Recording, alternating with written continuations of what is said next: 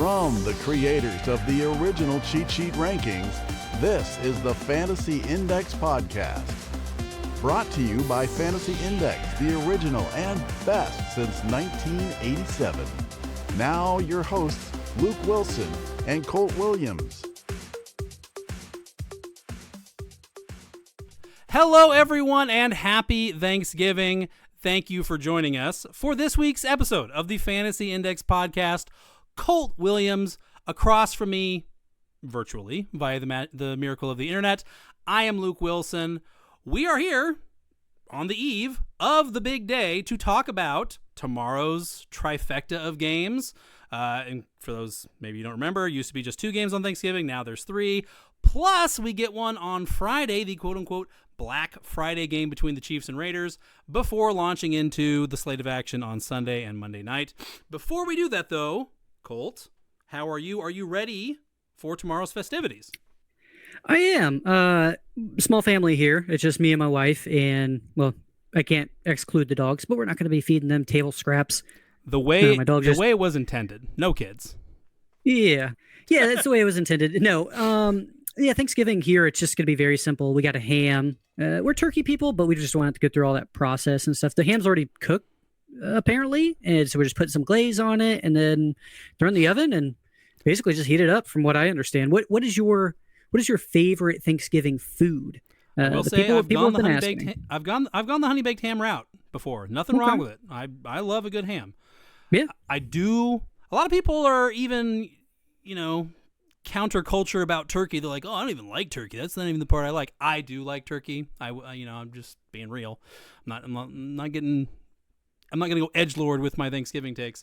But what is my favorite side? Oh, it's tough. The ADP on out of the can cranberry sauce is it's good value for me. That's a good value. That's almost undrafted. That's a sleeper. Undrafted gem. I'm always looking to scoop up the cranberry sauce out of the can at the ends of drafts. Mm-hmm. Always, it's steady for me. And probably right in the middle of the draft. It's a solid player. It's been there for years and years and years. But mashed potatoes. Mashed potatoes with some gravy. Brown gravy guy? I am. Okay, me too. Likewise. Yeah. So, I mean, that's always... You can keep it in your lineup, and you forget about it. You add anything else to it. You add a little stuffing. You add maybe even a little cranberry, but any of the meats that you got there, and you're good to go. Like, I have been known to reach in Thanksgiving drafts, reach a little bit up the board, jump the shark a little bit for some sweet potato with marshmallow topping. I don't know if you've ever.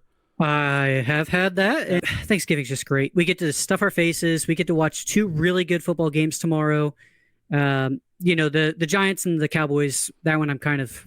That's the one when it's on right in the middle of the day when everybody's eating. I guess different households are eating a little bit earlier, but the good games are earlier and later in the day, in my opinion. Certainly the first game of the week. Is it time? Do we launch into our rundown of this week's action starting with Bears at Lions? Bears at Lions. Let's go ahead and do it. Take us away, my friend. Oh my goodness. So Bears at Lions is a 48.5 point over/under. First game of the day tomorrow. I guess today. We're starting here. We're gonna be sending this out to the masses. 9:30 a.m. for me. It's an early one. Poor West but Coast this one soul. here, it should be a fun one. Highest over/under of the week. It is. Yeah. We've got right. some of the best players here. You got auto starts like Jahmyr Gibbs, David Montgomery if he plays. Are you questioning what his role is going to be in this offense? Or I think Montgomery's going to go. Dan Campbell, Montgomery wanted to get back in that game last week, and Dan Campbell personally came over and said, "Bro, slow your roll. We got bigger fish to fry next week against the Bears. We've got this one under control without you, bud." So I think Montgomery goes. A little bit of a revenge game, #revenge game component with him versus the Bears, and on the other side as well. But yeah, especially in like the leagues where you really prioritize David Montgomery. We're standard scoring. We're touchdown heavy leagues. He's a good bet to get a touchdown here. So I'm still down with David Montgomery. Yeah. So yeah, it could be a limited role, but I mean, he's been so great. You can't not start him. And then I'm on Ross St. Brown. Obviously, as you mentioned it, revenge game for David Montgomery, DeAndre Swift, Allen Robinson, for what that's worth. Forgot he's on the team sometimes, but he had a few years in Chicago. So he did. He did. So I guess our biggest questions in this one would be, can you start Caleb Williams? 340, 2 touchdowns against the Vikings. It's a pass funnel defense. This matchup here for quarterbacks has not been great, but for wide receivers, like, you'd expect one of them to be eating. And if so, like, who is it? Yeah, I mean, so first off, it's Thanksgiving and it's Lions Bears. So we think that the Lions come out and control this game. But weird stuff happens in these games sometimes. I mean, the Bears could come out and splash them for 14 points in the first 10 minutes. Wouldn't super surprise me. This is going to be, I think, a kinetic game. A game where we see some big plays. The Bears' last 2 games against the Packers and then against the Vikings, a lot of the action was at the very end. Where things got crazy. I don't think that's going to be the case this week. I think we're going to see kind of plays throughout. Can you start Caleb here? I think you can. The offense has been definitely quantifiably different since they mercifully showed Shane Waldron the door a couple weeks ago. Thomas Brown has come in and immediately started fixing some things, namely throwing Keenan Allen the damn rock. Got him 15 targets last week. That works. So is Caleb going to have a couple, could he have a strip sack and a pick six and all that? Sure. Could he also run for 50 yards and a touchdown and throw the ball 45 times? Yes, he could. So it puckers me up a little bit, kind of gets me, raises the octave of my voice a note or two, but I would start him. What do you think? Like, I put down some comparable guys off the top of my head. Will Levis at Washington, Stafford at New Orleans, and Derek Carr at home for the Rams. Those felt comparable to me, but none of them have the ceiling that Caleb does. Yes, the Stafford one is easy for me. I'd definitely start Stafford. He's closer to like a locked quarterback one for me this week. He's just been phenomenal since getting his actual receivers back. So he's kind of a lock, but I think he is in that Levis Carr tier where the 2 quarterbacks, obviously you're starting him there, but there's no bye weeks. That's what makes it kind of hard to start Caleb with so many other guys. But there are some people who aren't in great matchups. Like, you've Cousins, got... I would start Caleb over Kirk Cousins. Yeah. So it's a question mark. It just depends on your other options. But I will say Stafford saved his day in fantasy last week at the very end with a garbage time, long touchdown to Kupp when the game was already over. But I agree, Stafford has been good. He has.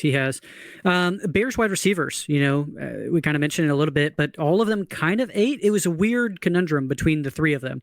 It seemed that, Rome Odunze was kind of the odd man out.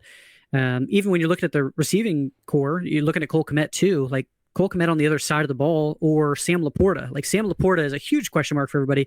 Arguably one of the worst draft prices you've had all season because he was the first tight end off the board, and he's basically amounted to nothing on the season. So where are we at with Sam Laporta? Well, as for the Bears receivers, I'd start any of them, honestly. Even Odunze, just because... Yeah, the Bears are going to be throwing in this game. The Lions do not mess around against the run. I wouldn't do backflips to avoid starting DeAndre Swift here, but I don't like it. Right. Yeah, Keenan is a start. DJ Moore is an absolute start. The Bears are kind of out of it, but it's finally working, and they want to show that they're not chumps. So Laporta, I just can't justify it. The Bears defense is very good, very athletic. The linebackers are good. And so I wrote in the show notes here, after a redonkulous 55 pass attempts in week 2 against the Buccaneers, Jared Goff has averaged barely 23 pass attempts per game over the 8 games prior to last week's mini spike against the Colts. He threw it 36 times. So assuming Amon-Ra St. Brown, who is technically questionable with a knee injury, but he's going to go, assuming that he does go, what we have is what is currently a naturally low pass rate offense where Amon-Ra St. Brown eats at the head of the table. He eats first, he eats second. And with the emergence of Jameson Williams, there's just not a need here for Sam Laporta. They don't need him to do very much except for catch the occasional, flare in the flat kind of thing. He's touchdown or bust. I would rather start Tucker Kraft, honestly. Whoa. Yeah. No, okay. I've done it a couple times already. Like, it sucks. Sam Laporta is still a good player, and his long-term outlook is good because of the team that he plays for. But, yeah, it's just not a thing right now. His role has certainly been diminished, and that's, kind of coincides with them running the ball, at a perfect pace. Like they're just phenomenal on the ground. And, Jameson Williams kind of stepping up and earning some targets, deleting drives with 70-yard touchdowns. Like that's kind of their offense is clicking. You hope that you get the Laporta week. I have no doubt that it seems like by the end of the season, there's going to be one where he has 2 touchdowns, and it's going to be after nobody has started him. It wouldn't surprise me at all. He'll be in like 6% of lineups that week. And exactly. That'll be him. Let's go on to this next game, shall we? We shall. We got the Giants at the Cowboys. This game right here. Don't fall asleep. It'll be quick. This is the lowest. I'm gonna be at this game. Lowest over under of the week, 37.5 points. I've got a thing here showing tickets as low as $28. Now, some would say you could arguably buy like a steak dinner or like some of the food there for cheaper than the ticket was to get inside. How are the prices? I'm sure you've been to plenty of Cowboys games there in Arlington. This is normally you're going to be paying $85 before the obscene taxes because the Cowboys Stadium has a standing room only section where the prices are obviously much lower because you don't get a friggin' seat. So that's nice. But yeah, normally the prices for that to watch the freaking Jaguars are like $100 a pop. So yeah, the fact that you can get in the stadium at all against the Giants on Thanksgiving for less than half that price, it's a real commentary on how checked out Cowboys fans are. And also there's no Giants fans traveling for this game from New York. So that really suppresses the ticket prices. Yeah. Yeah, no, it's I've seen Cooper Rush play in person. It was him versus Lucky man. Stafford down in LA, and man, was it fun? It was yeah, they did. They travel really well. Cowboys fans travel really well. They just don't home so well. For this game, you really only got 2 auto starts. You got CeeDee Lamb, you got Malik Neighbors. Some people have been frustrated with Malik Neighbors. The good news, Tommy DeVito, he is very much a long shot to play here on Thanksgiving. Drew Lock will be the starter in that case. Even if it is Tommy DeVito, like I'm not upset. At least we have somebody, but it's going to be Drew Lock. Like that's good news for Neighbors. He is somebody who is competent, who can throw for over 200 yards, who can throw for 300 yards possibly. So that's just an uptick for him. Jake Ferguson, he's already out of this game, so they've ruled him out. You look at some of the other, pieces, 22 opportunities for Rico Dowdle last week after Mike McCarthy was like, hey, he's going to be the feature back. He's going to be going forward. Going into week 13, Rico Dowdle is going to be the running back, this week? Like a running back 20, 25? It's hard to put him lower than that because, there is a real chance for like 5-6 receptions, which in a lot of leagues, that is just such a nice high floor. And yeah, he's going to handle most of the between the tackles work as well. But I will say, with the Giants likely pivoting to Lock, which I think DeVito being the guy last week, that came down from above for whatever reason. I don't think that was Daboll's call. I think he was told, hey, by the way, here's your quarterback this week, ... or you're fired. So that's why DeVito was out there. And I don't think the Giants locker room liked it one bit, and they came out and they dogged that game. I mean, the Buccaneers are the better team. They're not that much better of a team though. Like the Giants locker room, I think reacted negatively to that. I think that's part of why DeVito's injury happened late in that game so that Dabble could get permission. Oh no, sorry, the guy that you told me to start, he's hurt now. I got to put this other guy in. Sorry, you're gonna have to pay him the $240,000 in contract incentives that him starting is gonna trigger. Sorry, boss. So I think the Giants show up more for this game. Plus, it's Dallas. It's Thanksgiving. It's a chance to show that, kind of like with the Bears, that they're not chumps. And Locke's a better player. I know a lot of people are really down on Drew Lock, and it was a rough showing for him in Denver under Vic Fangio, the offensive luminary that was Vic Fangio in Denver.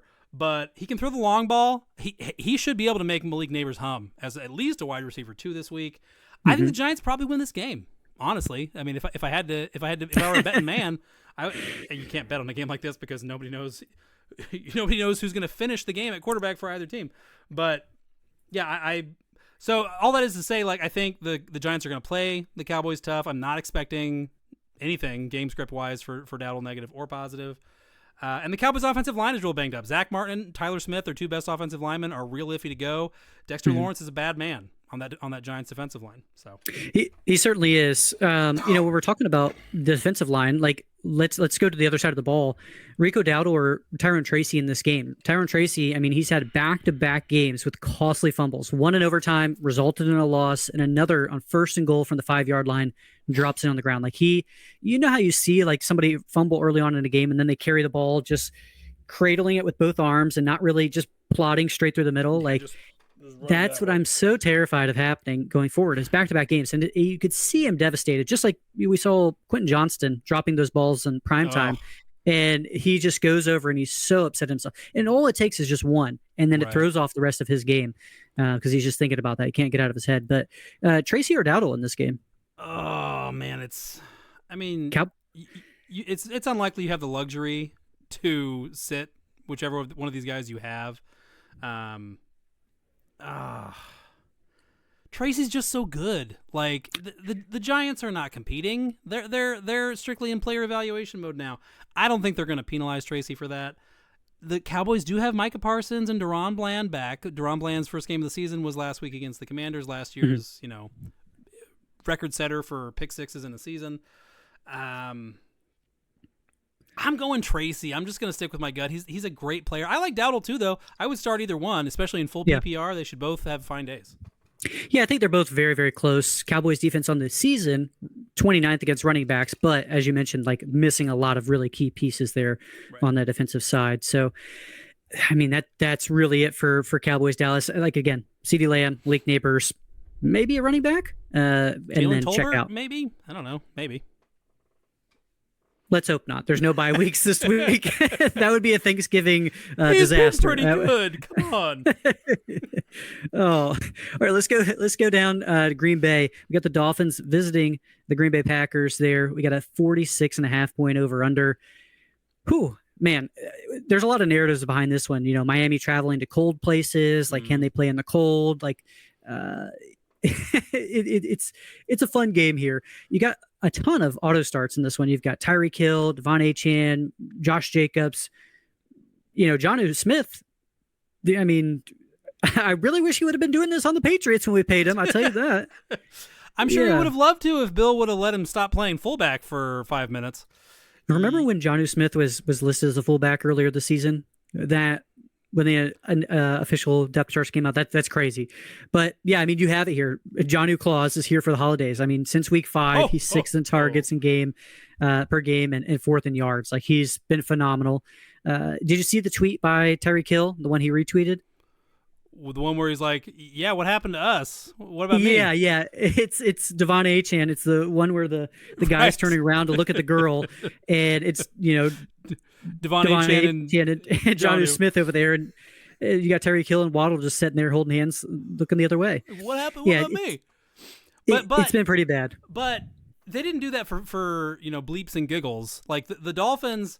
The Dolphins' offense has fundamentally changed, not because they thought it'd be fun to just completely change everything they do. They had to change. The offense was not good, certainly when Tua was out. But even when Tua first came back, things were not clicking. The things that worked for them in 2022, 2023 were not working this time around.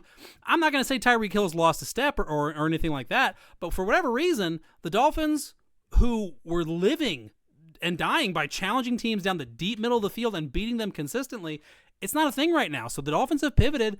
They're going to the short passing game with Achane and Jonnu, and that's working for them. So, yeah, I mean, Jonnu's you got to keep starting him, and Achane, I mean, he's an RB1. He is, and it's much tougher defense here. But Tua, I mean, over the past 2 games, 22 points, 28 points. Played the Raiders, played the Patriots. Now he gets Green Bay, traveling to Green Bay. Like, this is a much tougher start. Is Tua somebody you can you start in this game? And if so, like, looking on the other side of the ball, Jordan Love. If you're balancing those two out, are you looking at Tua's way or Love's way? I don't like either one. I don't want either quarterback here if I can help it. Tua, I do not trust. He went out and dotted up the Patriots defense, but you can get whatever you want against New England Patriots defense right now. Like I said a couple weeks ago, $50 bill, get whatever you want. So sorry, bud. Sorry about your Colt, your Patriots. Drake May looks pretty good. At least you might have a quarterback.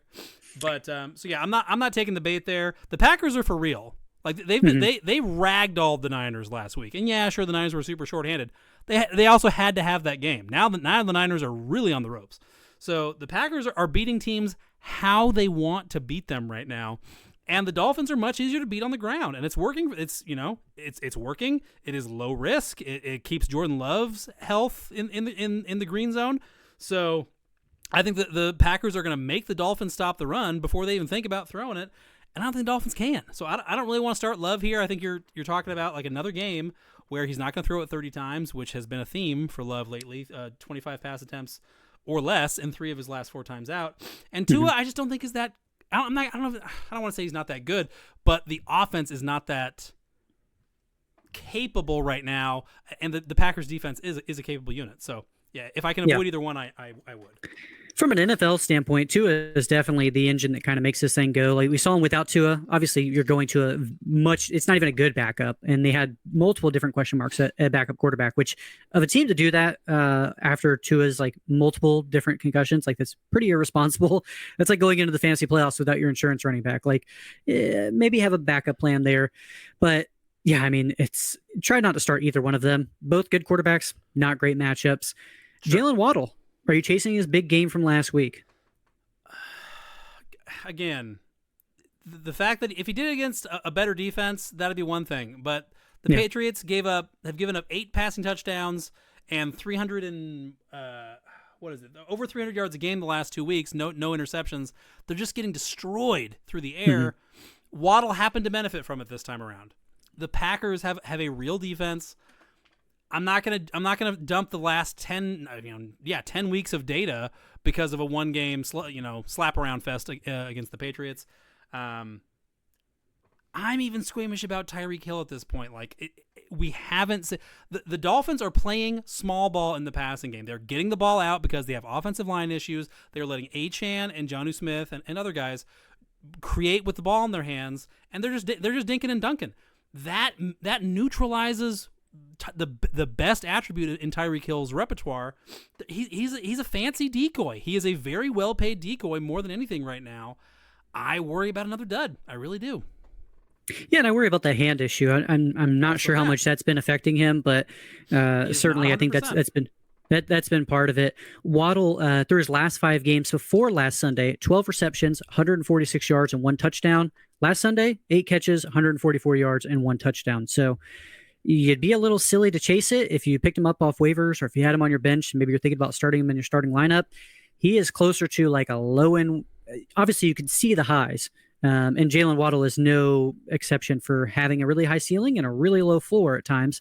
It's a gamble. Start Jalen Waddle or go across to the other team, to the other sideline, and start Christian Watson with no Romeo Doubs in the equation for the Packers this week, out with a concussion?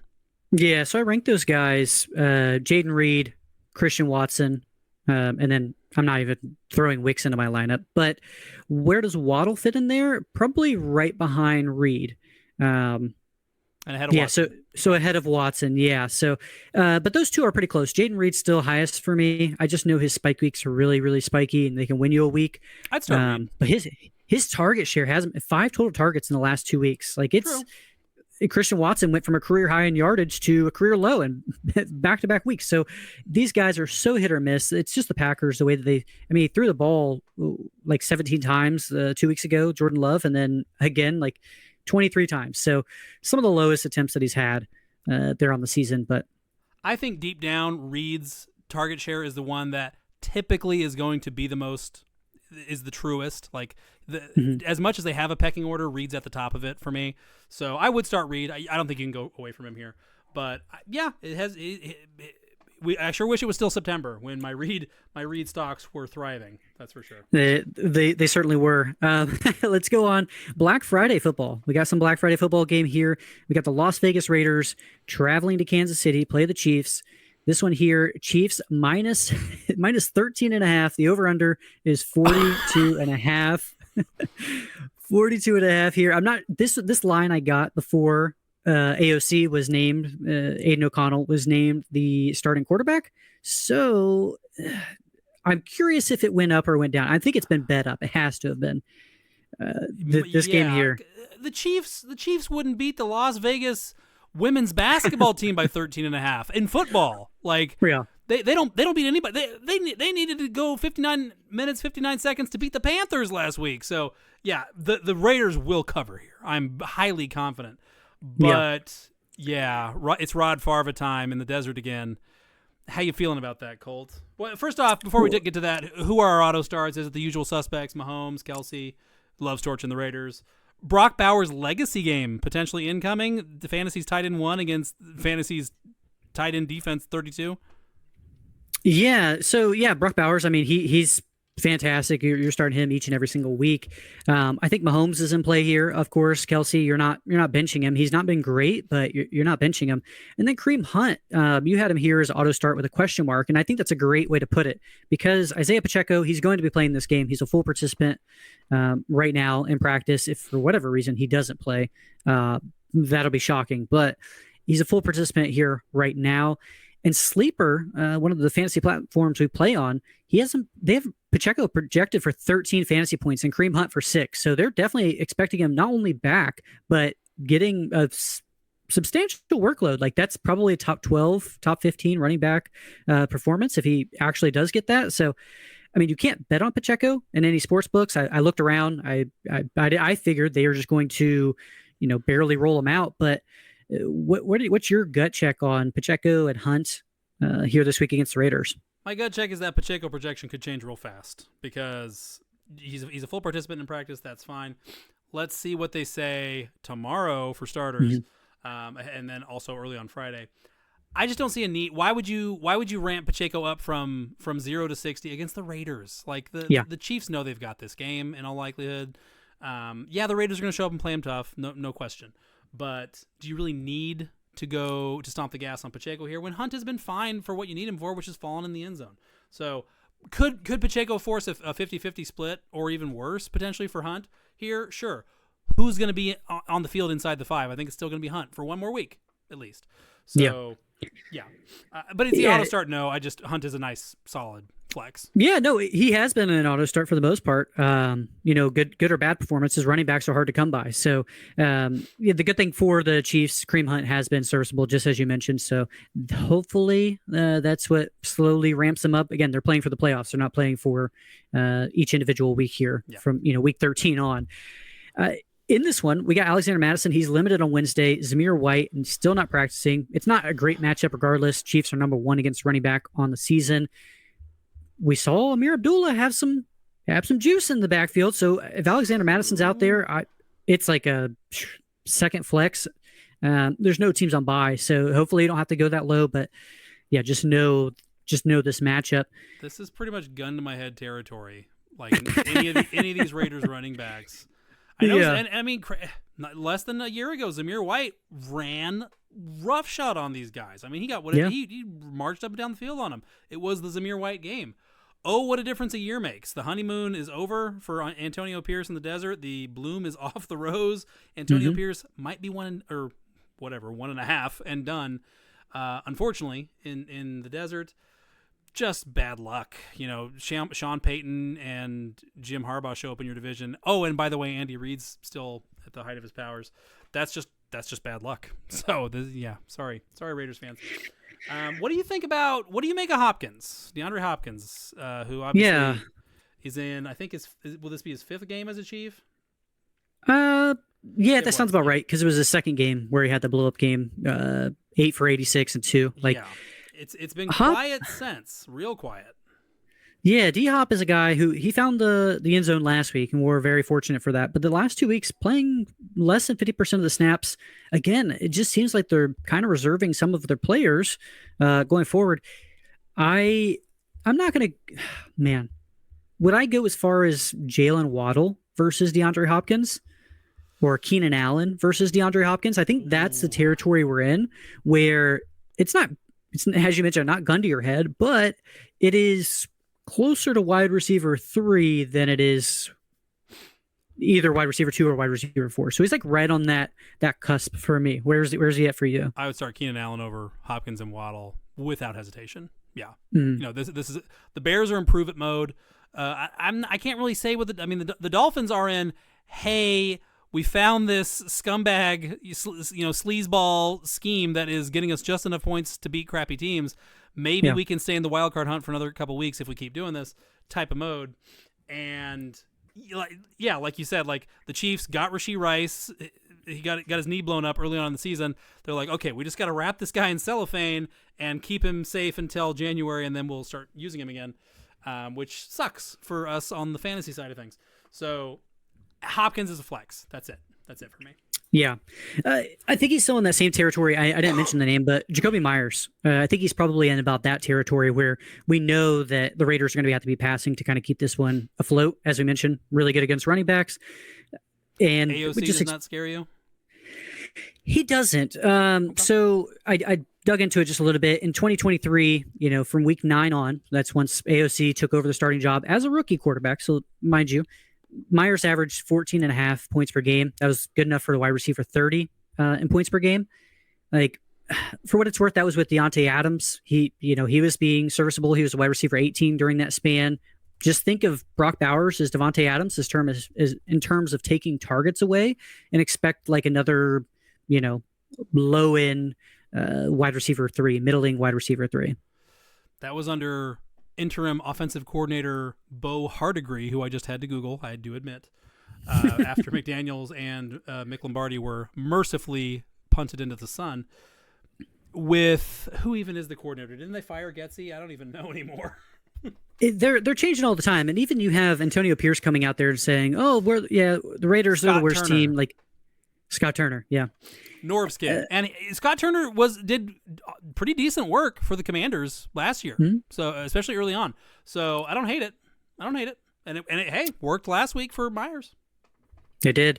Let's go on to Sunday. There's no Saturday Night Fever. There's no games there. I know you got 2 games in a row. You're just like, hey, let me try and get another one. We're going to Atlanta. I got Los Angeles Chargers going against the Atlanta Falcons. This one here, 47.5 point over under. Man, you got Bijan Robinson. You're starting Drake London, Justin Herbert, Kyle Pitts. Kyle Pitts is, I think, not an auto start. He's looked awful these last 3 weeks, but it tight end, like it's really tough at tight end. So I see why he's in the auto starts. He's questionable for me, but that's Mooney somebody who has Kyle Pitts. Yeah. You don't have a lot of Kyle Pitts, is what I'm learning. I have one share in my one league where I'm absolutely just lapping the field, but it's not because of Kyle Pitts, that's for sure. I was going to say, you must have Bowers or somebody else. I have everybody that you want to have and nobody you don't, except for Kyle Pitts. Except for Kyle Pitts. And then Ladd McConkey, I think he's an auto start. Wide receiver 15 on the season, back-to-back big weeks. Now he gets the Falcons, 29th ranked defense against wide receivers. Like, he's an auto start for me. Will Disley is a guy who we've kind of harped on. We really want him to play in this game. He's a DNP here on Wednesday. His knee is not holding up. He is not used to this much game time, this much game action. So I think that's what he's kind of working on. Our biggest question marks here. Play all this football all the time. This is crazy. How do these guys do 17 games? Yeah, exactly. Gus Edwards, is he startable for you? A lot of people were picking him up here off waivers. 100%. 100%. He's startable. Yeah, I don't think Dobbins is going to go. Yeah, I saw the tape, the slowed down tape of what the injury was. He's probably okay, rest of season, but it definitely looked like a hyperextension or whatever the opposite. No, hyperextension. Possible MCL sprain. With his injury history, yeah, they're gonna take it easy here. It should be a Gus Bus game, and the Falcons. Last time we saw them, they looked dead on arrival. Like this defense, after being pretty feisty early on, they came back. They held the door closed against the Eagles and won that game in week 2. The defense is just falling apart at the seams, and the Chargers, after the Harbaugh face-off last week, and John greased Jim in that matchup. The Chargers gotta get back to winning to stay in this wild card hunt. The Dolphins are still in frame. It's not, and even the Colts. So the Chargers got to get back in the win column. I think they will. And I think Gus Edwards is going to be a big part of that. Yeah, and looking on the other side of the ball, Darnell Mooney. He's the wide receiver 13 on the season. Are you playing him if he plays? He's limited on Wednesday. He's been, a kind of a focal point here for the offense. Finding the end zone for a career number of times so far on the season. Like, Is he just a high-end flex? Is he in that Jacoby Myers realm for you? DeAndre Hopkins, right around there, where it's like a middle wide receiver 3? You'd be more comfortable as a wide receiver 3? Yeah, I mean, normally, generally, I'm going to assume like if a wide receiver is able to go, it must not have been that debilitating of an injury. But an Achilles freaks me out, and he came out of the game immediately. The bye week kind of obfuscates, what his practice availability would have been like in the days immediately after that game. Mooney's season in Atlanta has been a little bit of a phenomenon for sure, and he's peaked as like a wide receiver too at his peak, but banged up against a good defense, possibly banged up. I'm gonna play him, but if I've got safer guys like Myers, like a Cortland Sutton, I'm gonna go with those guys. Oh, yeah, definitely Cortland Sutton. Our last note here: do not play Kirk Cousins. I mean, he's just been not great. Definitely outside of the top 20 quarterbacks here this week, so do not look his way. Let's go on. We're moving on to Cincinnati. Okay, we got the Pittsburgh Steelers. Pittsburgh Steelers playing against the Cincinnati Bengals. 46.5 point over under. This should be a fun one. We got a divisional matchup. We've got Burrow. He's basically an auto start for me. I mean, technically it's a bad matchup on paper. Steelers are second against quarterback, but Burrow's last 2 games he played against the Steelers back in 2022, mind you, but he went 338 for 2 touchdowns and 4 picks, and then 355 for 4 touchdowns and 2 picks. So that's just kind of a little bit of recency when he did play those teams. But over the last 3 weeks, he's averaged 345 yards, 12 touchdowns, 1 interception over that little 3-week span. He's coming out of the bye. Last 2 times he's come out of the bye, 27 fantasy points, 26. Like, that was against San Francisco and Pittsburgh on the road. So, yeah, I think Burrow's definitely an auto start here for us. Are you in that same camp? You just can't go away? 100%. I mean, what Joe Burrow is doing, like, I don't really believe in garbage time stats anymore, at least for quarterbacks and wide receivers, because the good teams are the teams that are winning are the teams that are throwing, and bad teams more often than not can't throw the ball effectively consistently. So what Joe Burrow is doing is actually pretty special, considering that the Bengals are losing and he's still having what individually is an MVP caliber performance this year. The big concern was that he's been getting hit like freaking crazy. I mean, every time you turn around, he's crunched on the turf, gasping for air because he just got his another month shaved off of his life. But coming out of the bye, that's an extra week to heal up, to get ready for another bruising matchup at home with the Steelers defense that's going to be coming. But there's no getting off this train. Like Burrow's just look at the pass attempts. Last 4 games. 37, 39, 56, 50. Okay, like they ain't gonna stop. So he's got Jamar. He has, as far as we know, a healthy T. Higgins. Wheels all the way up. Yeah, Joe Burrow has been phenomenal. Only 2 games without 2 touchdowns. 3 games without 2 touchdowns. He's had more than 27 touchdowns on the season so far through 11 games. Like, that's phenomenal, and only the 4 picks too. So Rodgers was the week 1 fluke loss to the Patriots, where the season really got away from him right then and there. But yeah, let's go. Kind of throw it. All right. Yeah, what have you done since? Exactly. Shut up. I think we beat the Bears. Okay, can we stop the season right now? We're undefeated. Yeah. Burrow, auto start. Jamar Chase, of course. Chase Brown, 23 targets through the last 3 games. Auto start there. George Pickens, he's phenomenal. You kind of resold. I mean, I was a big Chase Brown guy last year. You kind of resold me on him before we started recording because I didn't realize how good he's been. Yeah, Chase Brown is an RB1 right now. I mean, he's in the Devon Achane tier of backs, really, in terms of like whether he's running it or he's having to get it through the air. He's gonna get his. Yeah, I mean, as a runner, he's been fantastic. But even if he's got a tight end-esque receiving prowess, like 5 for 37 and a touchdown, 9 for 52. Maybe that's more of a Zach Ertz line there, but 5 for 57. Like, he's getting a ton of targets, ton of volume, whether it's air or the ground, it doesn't matter. He's going to get his. He's just on the field all the time. He really is. George Pickens, he's an auto start. Last time he played the Bengals, week 16 last year, 4 receptions, 195 yards, and 2 touchdowns. Like, I'm not banking on that, but yeah, he's kind of shown out. Mason Rudolph, though, Is Russell Wilson on Mason Rudolph's level as a quarterback at this point in time? I think it's a fair question. One guy does weird social media antics, and the other guy got hit in the head with the helmet. So I'm not sure they're on the same level. I'm not sure I know which one is which. Oh, wait. No, okay. Now I got it. Yeah, it was Myles Garrett. Yeah. Now I got it. T. Higgins, he's an auto start for me. He's around probably a middle wide receiver 2. Najee, this is probably where we start to get into the question marks because, he's probably like a running back, like a high-end running back 3 for me.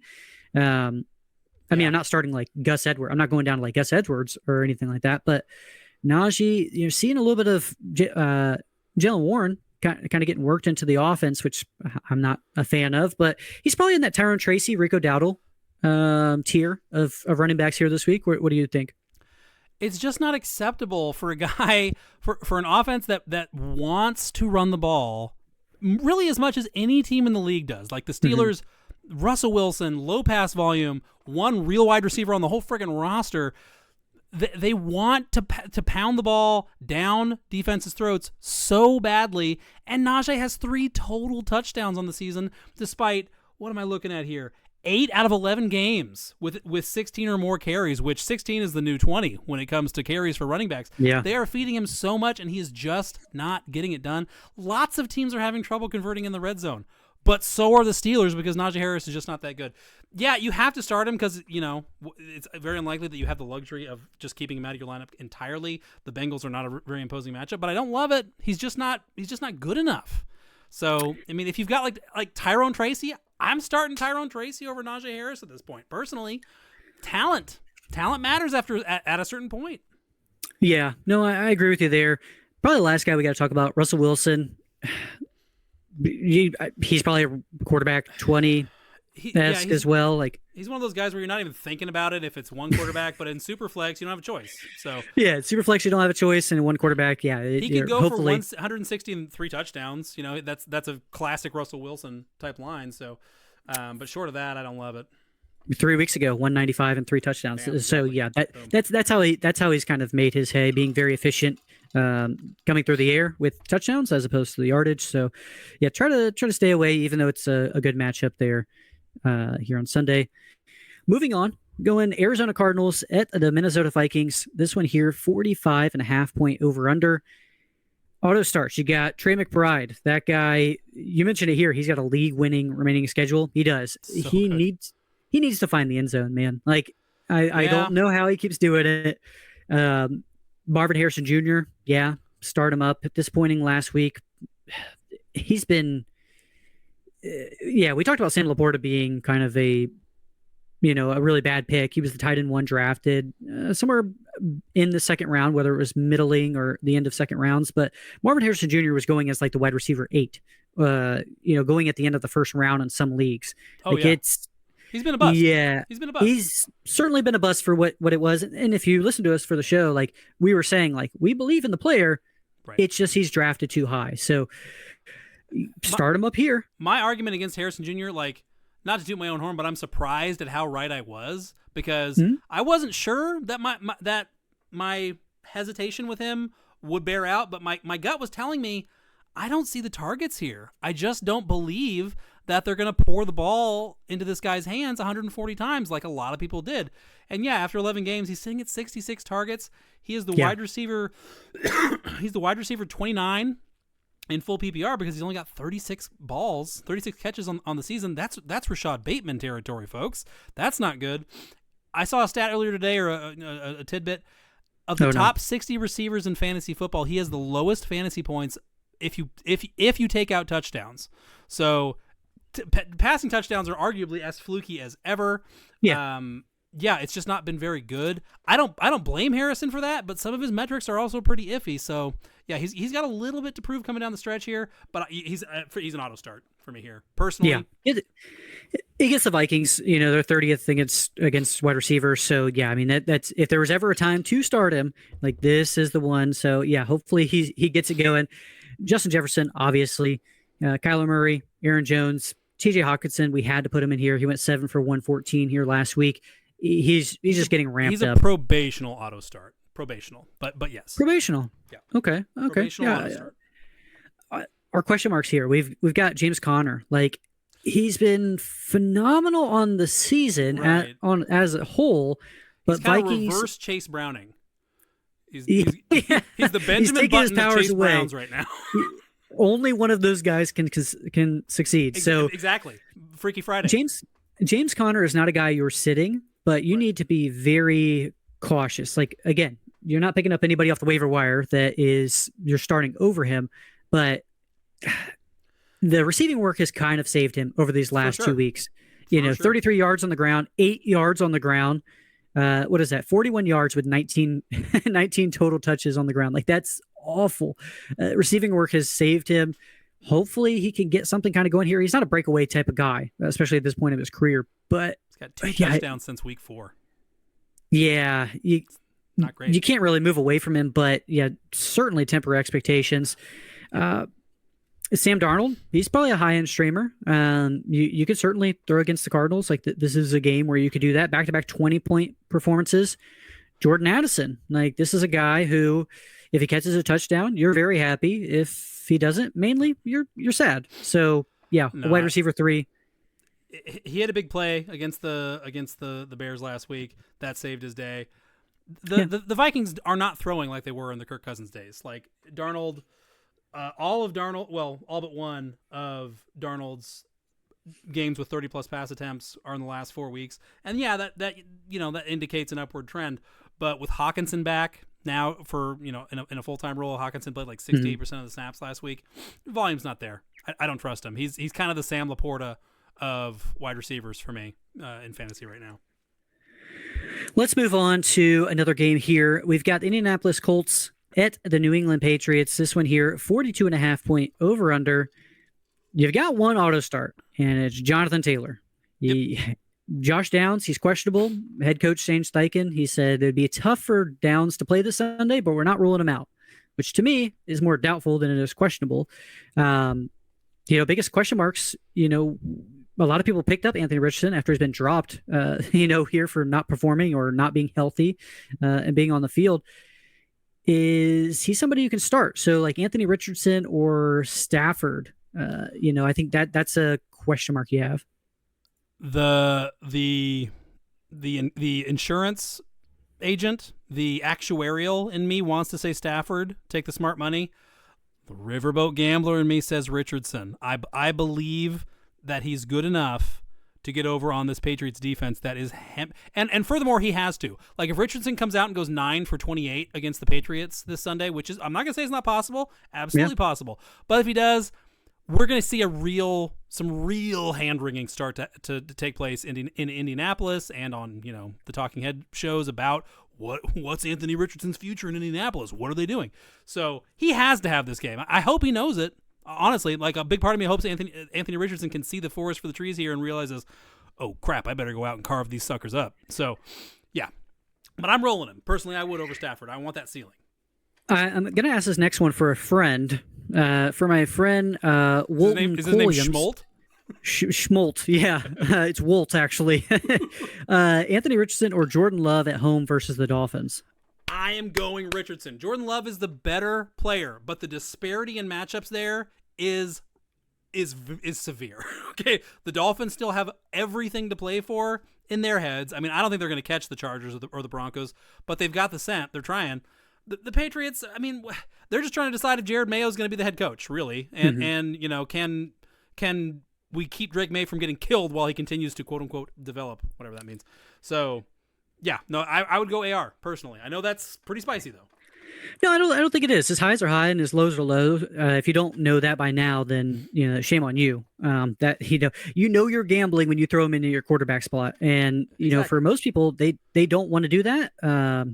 It just depends on your roster construction, I guess. If you have consistent players everywhere else, maybe throw AR in there. But if they're more hit or miss, the Jameson Williams, the Darnell Mooney's, then maybe do that. If you're rocking Jamar Chase and Derrick Henry in your lineup this week, you can afford to throw AR out there, basically, is what we're saying.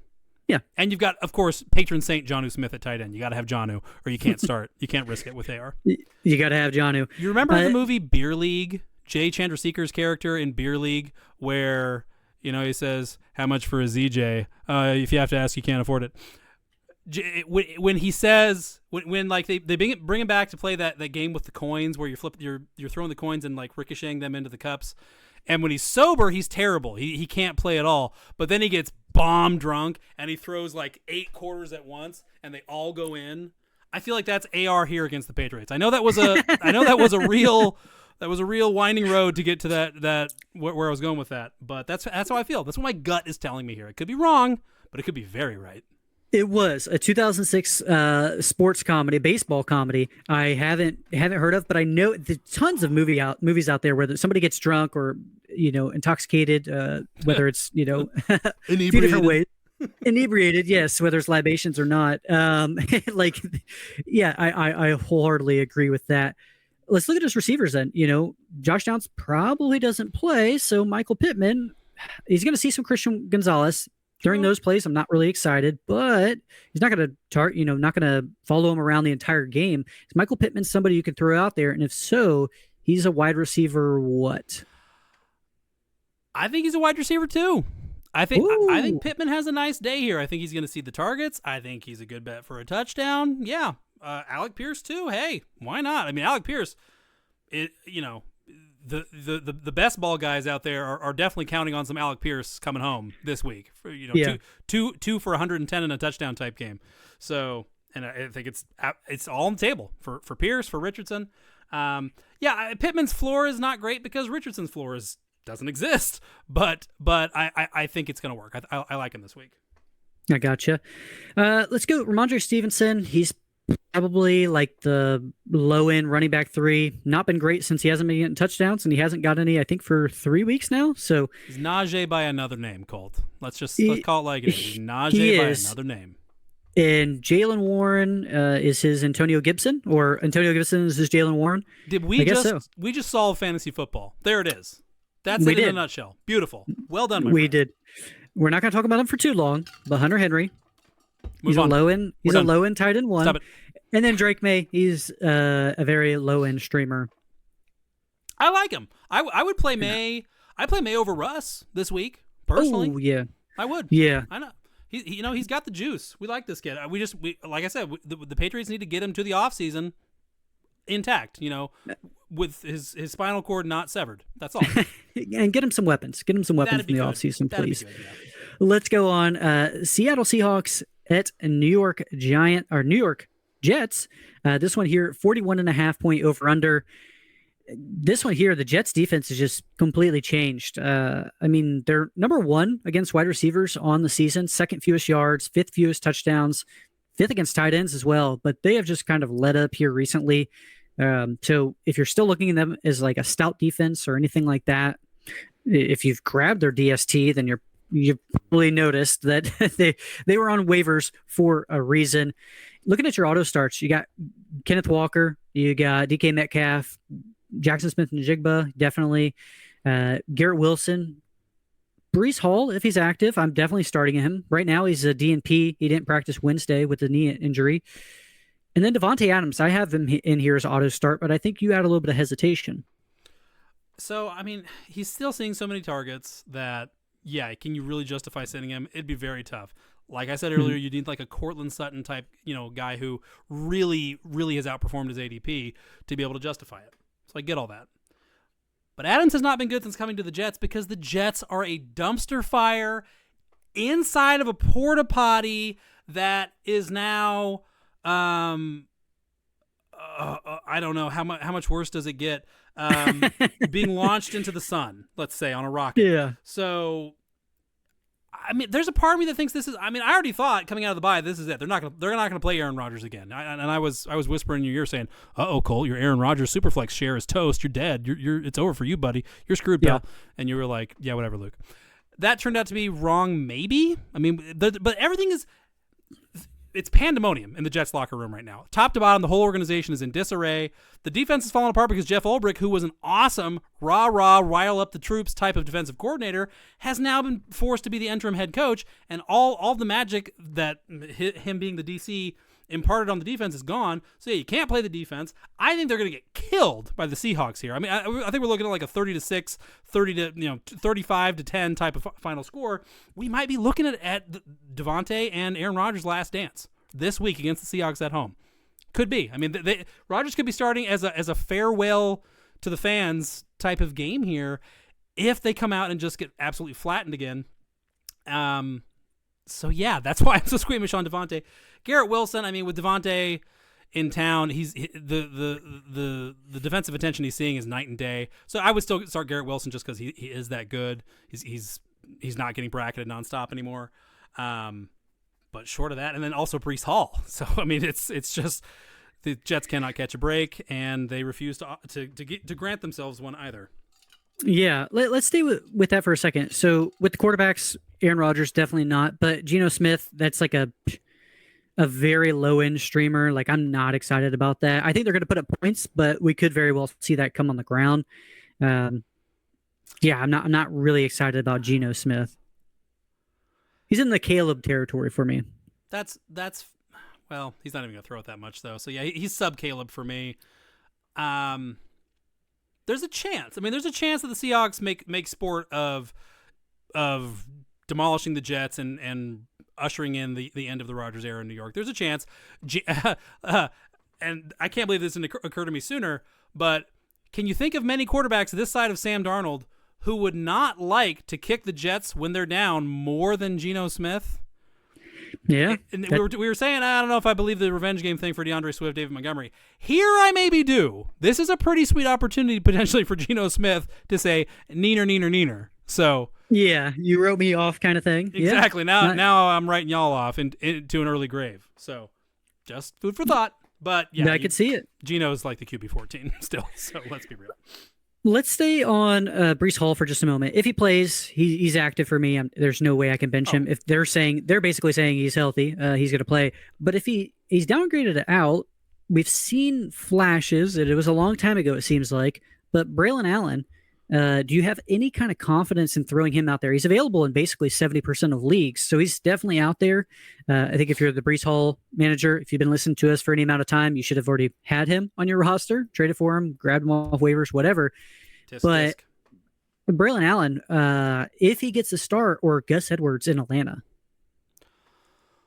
Oh, that's a format question to me. If it's standard, Gus Edwards, because he will find the end zone. If it's he does PPR, not catch the ball. Yeah, he's Edward Scissorhands. Braylon Allen, if Breece doesn't go, he could be the offense. Like Aaron Rodgers, they're saying he's hurt. I think that might be nonsense, and it's just a cover for how bad he is. But he could. He's certainly playing like a guy who's hurt. He sucks. Mm-hmm. So, get the offensive line has not been great. Rodgers is terrible. He looks like he can barely move anymore. So getting the ball into Braylon Allen's hands as much as possible would help mask the stink that is the Jets' offense of late. So he'd be looking at 15-plus touches real easy, potentially 5 or 6 of them as receptions. So, yeah, I would not hesitate to start Braylon Allen at all. That's a good question, like putting it into the format perspective. Like if it's PPR, maybe even half PPR, maybe you lean Allen's way. But, yeah, I like the Gus Edwards in standard scoring. One more name here, Braylon Allen or Isaiah Pacheco at home versus the Raiders. Like how I think we're both on the camp of he's going to get, slowly rolled out into this offense. So very hesitant. It's one of those things where I could absolutely be wrong, but I'd rather be wrong for the right reasons in being skeptical of Pacheco for one more week. One more week. Didn't go last week. So let me see what his usage looks like this week to give me an idea of how fast they're going to ramp him back up. He could absolutely outperform Braylon Allen. Absolutely. Obviously, the Chiefs are better than the Jets, but I would go Braylon Allen based on what I know right now. Yeah. Speaking about question marks at the running back position, let's move on. Tennessee Titans take on the Washington Commanders. This one here, 44.5 point over under. You got your auto starts, Jaden Daniels, Terry McLaurin. Tony Pollard is the only other auto start on this team, in my opinion. A little bit of an update with the injuries. Brian Robinson, limited with a knee injury. Austin Eckler, he's a DNP with a concussion. I wouldn't expect him to be going. His second of the season. Yeah, second of the season, which is troublesome. Yeah. And then Calvin Ridley, DNP with a ankle injury. That one there, kind of up in the air. But I want to look at the running backs just a little bit more because there's not a lot of weapons on both these teams. Yeah. A little fun fact to start it off. Jeremy McNichols, if you don't know the name, Commanders' third-string running back, has never played over 45% of the snaps in an NFL game. His career high carries in a game is 11, which was back in 2020. So you know, he was a waiver wire pickup for a lot of people, but you know, there's question marks around it. They signed Chris Rodriguez, which, say what you will about him, like they had to pick somebody up regardless. They promoted him from the practice squad. Like you can't go into a game with one running back. But Jeremy McNichols, where are you at with him? Are you? I mean, you're not excited about it. It's the Titans. They're not the best against the run, but it's ugly start here in Week 13. Short of Braylon Allen, depending on what his roster percentage was going into the week, which we shifted from being waiver wire centric to being into fantasy playoff stretch mode last couple weeks. Short of Braylon Allen, this guy probably would have been my running back waiver wire pickup of the week if we were still in that format of the show at this point in the season. He's been good. I mean, when he was on the field against the Cowboys last week, he actually looked pretty good. He looked like he's a real NFL running back, and he's running hard like a guy who knows that every snap, every touch in the NFL could be his last. Mm-hmm. So Brian Robinson's been so banged up. Eckler, I mean, I don't know if you saw the concussion that Eckler suffered on that kickoff. I missed it. He was out.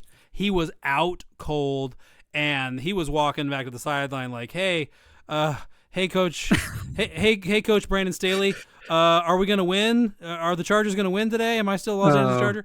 So, yeah, so he's not going to go. Is what I'm getting at there. Not Staley. Yeah, he didn't remember that Staley had been fired. He was that concussed.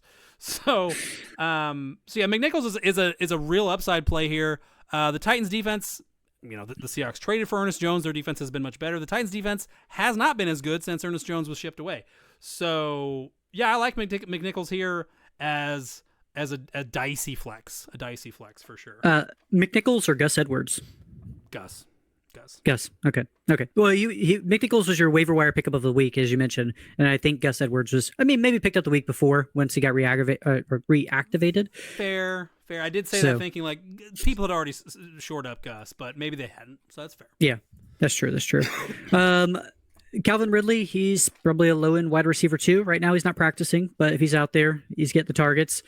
There's a scenario where Will Levis, Calvin Ridley, and this next guy, NWI. Are the fantasy heroes of 2024 over the next few weeks. So yeah, Calvin Ridley as a quote unquote low end wide receiver too. Yeah, that's maybe an understatement. He has so many unrealized air yards. Like he's got so many like phantom frequent flyer miles. It's ridiculous because of all the balls that Levis has thrown that have hit the turf. Let's talk about him. Nick Westbrook-Ikhine, aka Randy Moss Jr. Can you play him? And does it change if Calvin Ridley is out for this game? You remember Randy Moss as a Tennessee Titan, Colt? Was that maybe a little bit before your time? I remember it was a 49er for like a day. It was both stops were brief, luckily. It's funny how we remember players at the end of their career. Like if Jerry Rice, the Seahawk. Jerry Rice, the Seahawk. Emmitt Smith, the Cardinal. You've got Terrell Owens, the Seahawk. Yeah. A lot of people were 49ers too, it seems like, just over and over and over and over again. But yeah, like Julio Jones as a Titan. Everybody goes to be a Titan and just kind of dies, it seems like. But what I was getting to, it's like if you only watched football for that 1 year, you're like, what was all the bugaboo about like this guy being really good? Like Julio Jones, like this guy doesn't look like he could catch a ball at all. He looks so slow and like lumbering out there. Is that Mo Alley Cox? Like, so yeah, I mean, people were, it sucks to see your best players. You hate to see him go on top, like, Calvin Johnson or Barry Sanders, many more Lions maybe, but yeah, at the same time, it's like, you don't want to see him fade away on the field. Better to burn out or to fade away is the question. Yeah. Yes, and that is the question. As for, I mean, if Calvin really doesn't go, NWI as a wide receiver too. Period. Oh. Period. Okay. The Titans, they have to throw the football. Like they can't. If there's no Calvin Ridley, can you even name another wide receiver on this roster besides Calvin Ridley and NWI? I can't. That isn't on IR? No, I can't. Tyler Boyd is still around, I think. Tyler Boyd is around, I think, but he caught all his passes last week. So there's that. Yeah, I mean, it's where NWI is clear. Westbrook-Ikhine is playing for his NFL future. I mean, the Titans are not going to the playoffs. He's not a part of their future probably anyway, but he could be a part of someone's future when NFL free agency opens in March. He's gonna keep his foot to the metal, And the Titans have such a ridiculously easy schedule for Levis and Ridley. If Levis can play any kind of NFL level quarterback, he could be a quarterback one over in the fantasy playoffs. It's crazy to think, but he could. So I would play NWI. And then you said Zach Ertz, bad matchup, which again, post Ernest Jones, it's not that bad. But 8, 7, and 8 targets in the past 3 games. Found the end zone twice. The Commanders showed Ertz some respect by getting him a touchdown on the last drive in futility against the Eagles, plus the 2-point conversion, which put me over the top in fantasy matchup that week. Just saying. He's old man Jonnu. That's probably putting too much respect on his name. It is. He's a high-end tight end too. Let's go with that. I like that. Let's go on to Jacksonville. Houston Texans taking on the Jacksonville Jaguars. 43.5 point over under here. You're not really looking at the Jacksonville side of the ball, but on the other side, you got Joe Mixon. He's an auto start. Nico Collins. Evan Ingram, the tight end position is ugly. We're talking about Zach Ertz as a start, so Evan Ingram kind of has to be an auto start in that sense. He's a fringe tight end 1, which even tight end 12 on the week is not a great tight end for the most part. So, it's not pretty. It'd be prettier if Trevor Lawrence was out there. He's limited in practice on Wednesday, so he hopes to play. He's kind of been an Iron Man so far throughout his career, but as of recently, it's not looked that way. CJ Stroud, he's the quarterback 15 on the season. It's felt like the quarterback 32 at some points. It's not been what you wanted when you drafted him in August. His last 18-plus fantasy point game was in Week 4 when he played the Jags, who he's playing again. So, this is exactly the best matchup you can get, basically all across the board. I looked at the Jaguars' defense, 32nd against quarterbacks, 31st against running backs, 30th against wide receivers, and 26th against tight ends. They are one of the worst defenses. And CJ Stroud, he averages 300-plus yards. He's had always 2 touchdowns, 2 in his 3 starts against them. He's looking to repeat that. So CJ Stroud hasn't looked good all season, but this is the time where you could play him. And I need a little heat check from you. CJ Stroud or Anthony Richardson versus in New England. So obviously it's CJ Stroud. I'm not. The argument for Richardson is primarily the matchup, although of course he is still an enticing talent. But CJ Stroud has really done it before. But just like with Anthony Richardson in that matchup against the Patriots, if CJ Stroud does not do the thing this week against the Jaguars, next is the bye, and then after that is Miami, they're practically a no-fly zone. If Stroud doesn't carve up the Jaguars for a top 6 finish this week, or at least top 8, is he droppable in redraft? What are you keeping him around for at that point if you've got Bo Nix on the bench, you've got Sam Darnold, you've got even Caleb Williams? Yeah. What are we waiting around for? The Chiefs on the road in Week 16? I wouldn't trust him as far as I could throw him. Baltimore at home in Week 17, okay, sure. But that's we got to get there first. That's 4 weeks away. We do got to get there first. That's the hard part because I like him in Week 17, but I think you could, after this week or during the bye, when you're looking for other people to start, I think you drop CJ Stroud then, and hopefully your opponent plays him against you in the first or second week of the playoffs, and then poison pill. It's a poison pill. He's 92% rostered. People are going to pick him up. They're going to say, wow, this guy is a franchise quarterback. So, I think that's a good Trojan horse to just drop out there if possible.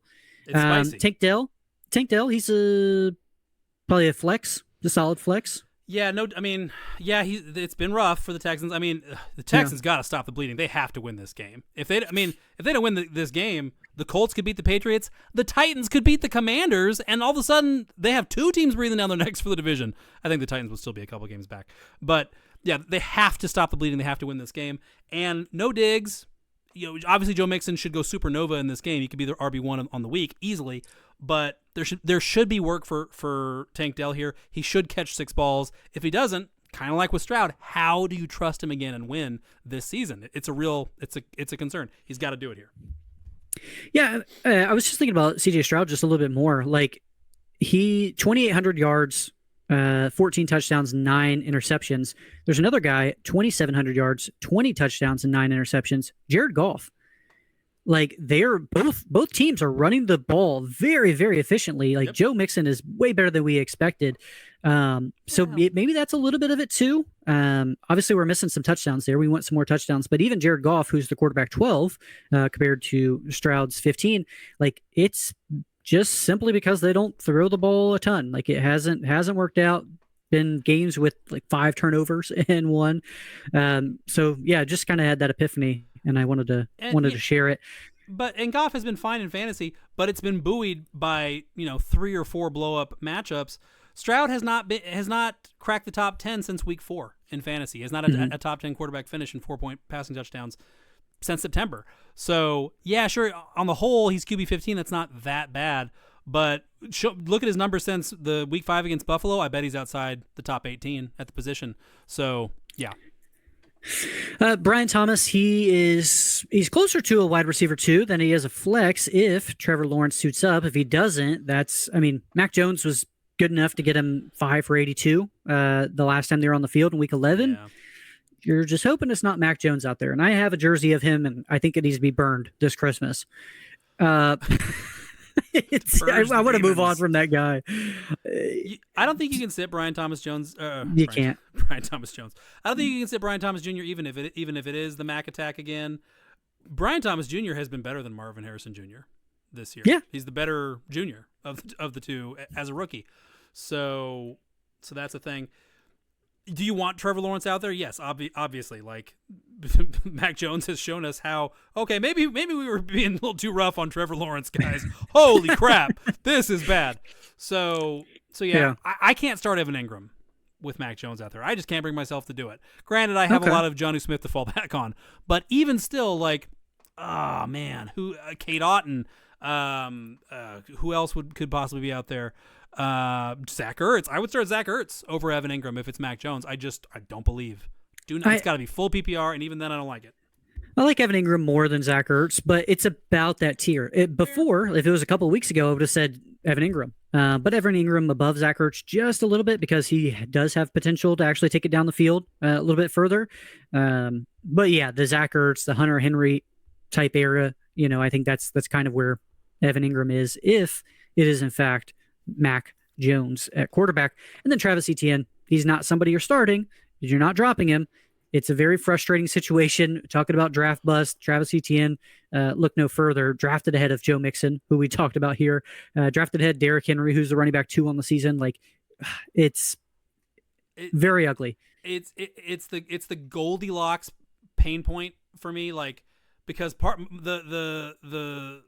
the pissed off person, and I didn't draft any ETN, not to brag, but I just didn't. I didn't believe, and the part of me that wants vengeance is like, no, you drop him. It's it. You're not going to start him again. But he absolutely could. Like the Jaguars coming out of their bye, they could get it back on track and set themselves up for some sort of positivity going into their off-season program. And have that plan center around, okay, let's get ETN back involved, get the ball back in his hands, let him get it back on track, and then we've got the wind at our back going into the offseason. So that's totally possible. He is a good player. This is not strictly, a Travis Etienne problem, kind of like I think it is with like a Najee Harris. The Jaguars' offensive line is bad. It's been bad for a long time. It still is bad. Mm-hmm. So you can't drop him, but yeah, it just sucks. Travis Etienne, he went to my waivers in week 4, week 5, something like that, whenever he was just not doing anything. Somebody dropped him, and the commissioner was like, yo, what is going on? And I spent all of my fab to get him. Poison pill. It was the poison pill. I never started him, for the record, so he didn't explode in my hands, but he's right over there. I think I actually just dropped him off my bench. I locked up the playoffs in that one. I was picking up like a, third or fourth defense, just playing defense.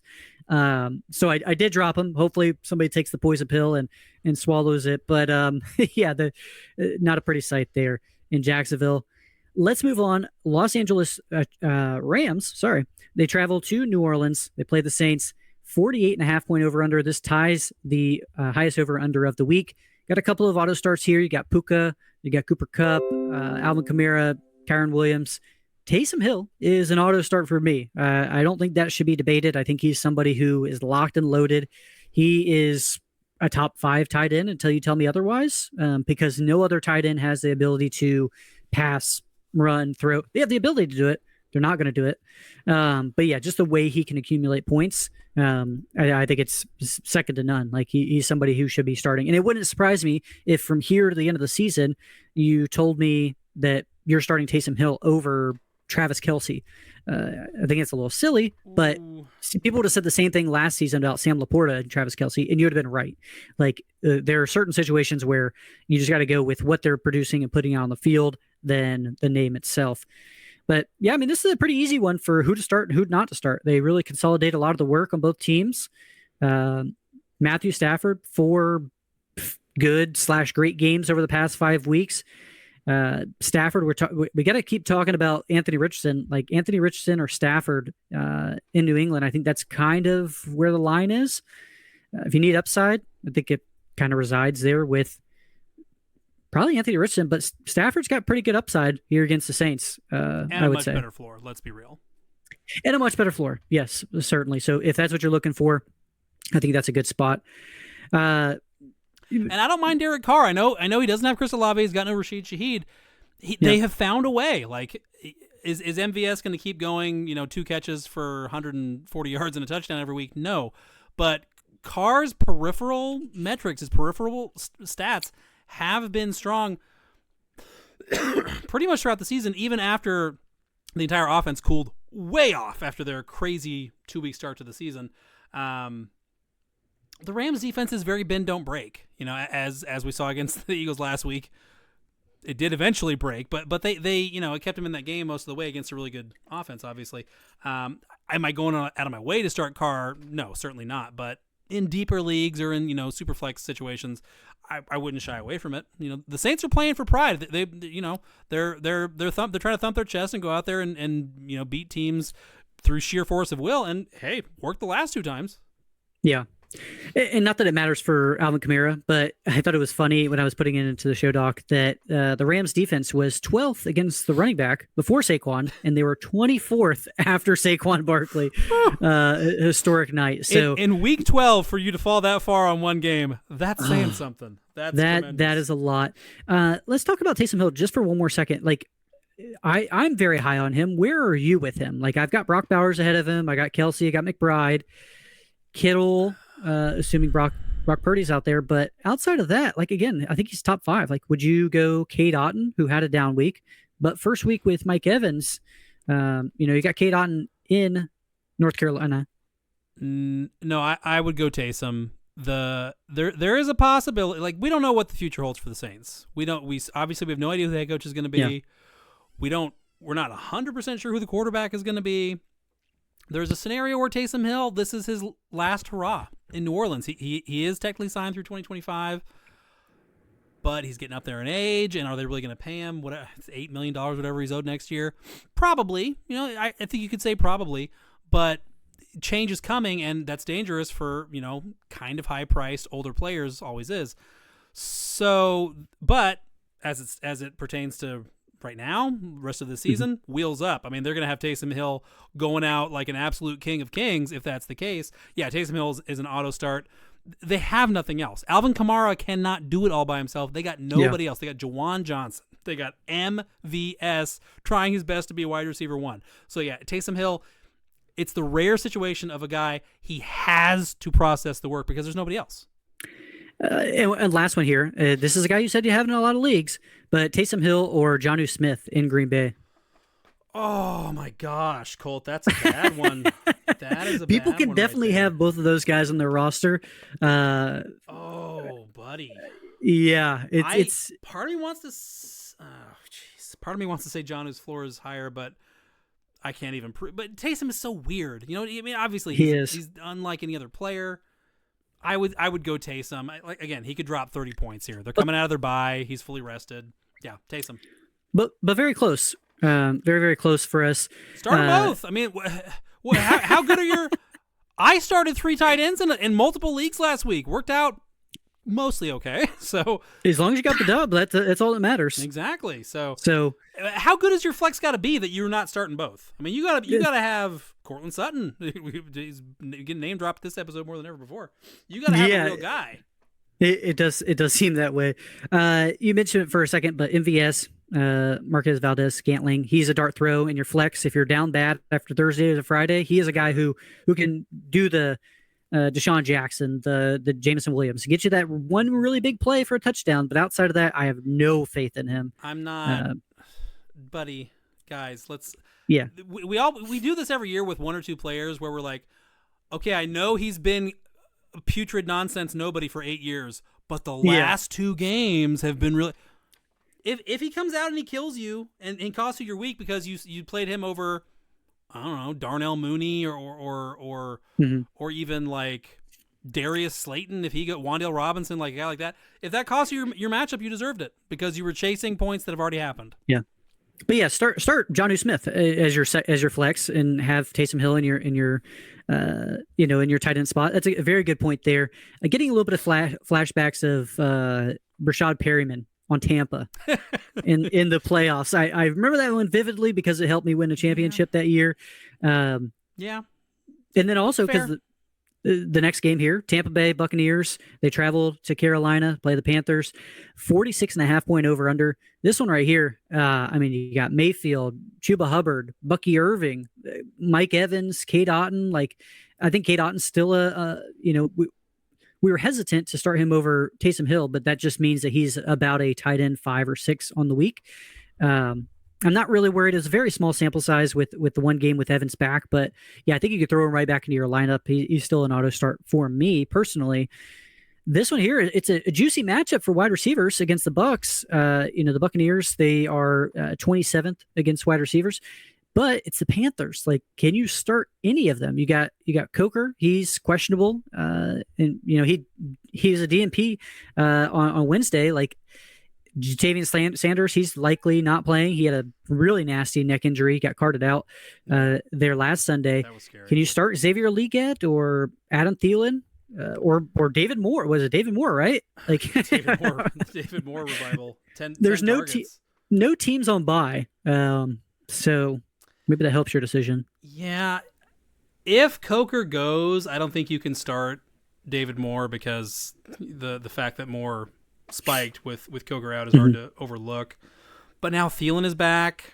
Yeah, I don't love any of these. Obviously, the Buccaneers defense, it begs starting a receiver, but who's the one to go with? Blind, your guess is as good as ours here, guys. To be honest, like we don't have an established hierarchy here. I like Coker because I just am rooting for him because he's undrafted, random dude from frickin' Holy Cross. But you could start him. You could start Legette. You can start Thielen if you just need a guy, but yeah, no buys. Do you need a guy? Yeah, Cade Otton is basically an auto start. Yeah, you're right. Like, yeah, he got blanked by the Giants, but the Giants are actually they've played tight ends tough. The Panthers have not. So, yeah, the Panthers, they don't play running backs tough, so that's why we say Bucky Irving's obviously had a huge game last week. Oh yeah, but they are the worst against running backs. So you could even throw Rachaad White back out there, even though I'm not saying start both of them on the same team. Hopefully not, but you could definitely throw Rachaad White still out there as like a lower end running back too, and Bucky Irving is a high end running back too. That's kind of my. I don't hate it cornering the backfield against a team like the Panthers, who the Buccaneers should have a lot of success by land and by air offensively. I said a couple weeks ago, going into the Buccaneers bye week, what they show us coming out of the bye week as far as Irving's usage versus Rachaad White is going to tell us a lot. And Bucky Irving continued his takeover that started really in week 10 against the 49ers. Irving is a running back too until further notice. He's got a dream schedule other than the Chargers in week 15. It's all cake the rest of the way. Bucky Irving is going to win fantasy championships this year, folks. It's for real. If somehow you can still get him some kind of way, go do it. Yeah, no, certainly. I remember a trade I made earlier in the season, Dynasty League, but it was after 2 weeks. It was Terry McLaurin for Bucky Irving straight up. And that was after, and then Terry McLaurin went on a really long, spree of just destroying people. And I was like, oh, what the heck? What have I done? But I believed in Irving, and then it's finally kind of you paying pulled off that maneuver after week 2. Yes. You are a steely-eyed missile man, my friend. Yeah. Hey, it worked. I can't knock it if it worked. It did work. It did work. Let's go on to the game of the week. This is the Philadelphia Eagles traveling to Baltimore, play the Ravens. This one here, man, it's going to be a fun one. I mean, you got the quarterback 1 facing off against the quarterback 2. You got the running back 1 facing off against the running back 2. Buddy. When we're writing the auto starts for this game, it was basically everybody but Deontay. Everybody but Deontay Johnson and Jahan Dotson. Exactly. Like that is it. Strays. Going out of our way to put strays on Deontay. Yeah.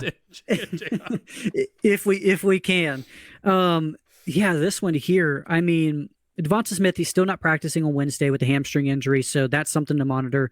That kind of helps out with starting Dallas Goedert. I mean, Smith didn't go last week, and Goddard didn't do anything, but it was the Barkley show. So can you start Goddard here? I mean, they're 23rd against the Ravens are 23rd against tight end. I think you could throw him back out there. It's closer to like tight end 10 or so, but yeah, honestly, I mean, the Ravens should really push the Eagles. They've pushed everybody but the Steelers offensively. I mean, they're saying it in every broadcast now. The Ravens are on track to have the most yards per play of any offense since they started keeping track of this stuff. They're over 7 yards per play as an offense this year. Yeah. So they should impose pace and game script on the Eagles. Eagles aren't used to that. So, yeah, I mean, I'm starting Rashad Bateman here. Good. Everything is setting up for him to have a good game. If Devonta Smith were healthy, I would be wheels up for him too. Since he's not, Goddard is a good play in a pinch for sure. So yeah, it's with the way these offenses are both humming. The Eagles joining the Ravens last week in terms of really everything starting to fire on all cylinders. I don't see how we don't get 50 points out of this game. It would just be really really surprising. Yeah, no, they're definitely a game of the week. I mean, this is so fun. But I will caution us. I forget which game it was, but it was the Eagles versus somebody earlier in the season, and we were like, "Oh, this is gonna be so." Maybe it was the Bucks, and we were like, "This is gonna be such a good game." And at halftime, it was like 3-0. Hey, yeah. I forget which game it was. I think it was Bucks. Eagles at Bucks. The Eagles had no AJ Brown, no Devonta Smith. They got killed in that game. It was high humidity in Tampa. September conditioning was a factor. But yeah, no, I remember that one. That was bad. Yeah. Well, we didn't mention all the auto starts, but again, it's basically everybody. Who they are, guys. Come on. The last little question mark, Justice Hill. I think he's startable in this one in a PPR. He's done quite well in games that they face good teams. Running back 29, True. Running back 8, running back 20, 28, 13. If you lost Dobbins, maybe you didn't win Gus Edwards. Maybe you didn't win Jeremy McNichols. Maybe you have Breece Hall in an earlier game and he's injured. Justice Hill, I think, is a decently startable pivot. Not a high upside, but he's going to get you some points. Yeah, he got a touchdown against the Chargers, obviously. Yep. And his receiving volume is not what it was in September, obviously. He had 2 6-catch games back in September. He hasn't done that since. But yeah, I mean, if you're shorthanded at running back, there are way worse guys to throw a dart at than Hill here. Yeah. Let's move on to Buffalo. We got the 49ers traveling to Buffalo, play the Bills. 45.5 point over under here. It's Buffalo with minus 6.5 here at home. We got some auto starts. We got Josh Allen. We got James Cook. We got Christian McCaffrey. Brock Purdy is the big question mark because he moves the offense there for the 49ers. Like that helps me decide if I'm going to start Debo, if I'm going to start Juwan Jennings. I'm starting Kittle regardless. Kittle was an auto start for me. I mean, he's the tight end 1 on the season, and he did well with Brandon Allen in there. So I'm not too worried. But yeah, Brock Purdy, Wednesday, he's limited. He threw, I think they said once at like the first part of recorded practice, but barely threw there on Wednesday in total. So maybe. Obviously, the Bills at home, you're gonna favor them, but 6.5 on the Niners. Yeah. That to me reads like Vegas really has no idea if Purdy's going to go for this game, and Vegas knows. More often than not, if anybody knows, it's going to be Vegas. So that gets my attention. I think you gotta, I mean, you're going to be watching the situation either way, but yeah, you should be. Yeah, I mean, yeah. So if Purdy doesn't go, where are you at with the pass catchers? Where as far as Juwan Jennings, Deebo Samuel, like, are you going to Jalen Waddle at Green Bay or DJ Moore at Detroit? Like that's. Oh, buddy. What was the second one? DJ Moore in Detroit. Oh, DJ Moore over either way. I'm starting him over Juwan Jennings. I know okay. Juwan's been great, but come on, it's DJ Moore. You gotta trust your horses this time of year. I would probably go Juwan either way. I mean, he's really playing out of body right now. Obviously, it's a lot better with Purdy out there. Oh, buddy. Both were not great. Debo was 1 for 21, and Juwan Jennings was 5 for 40.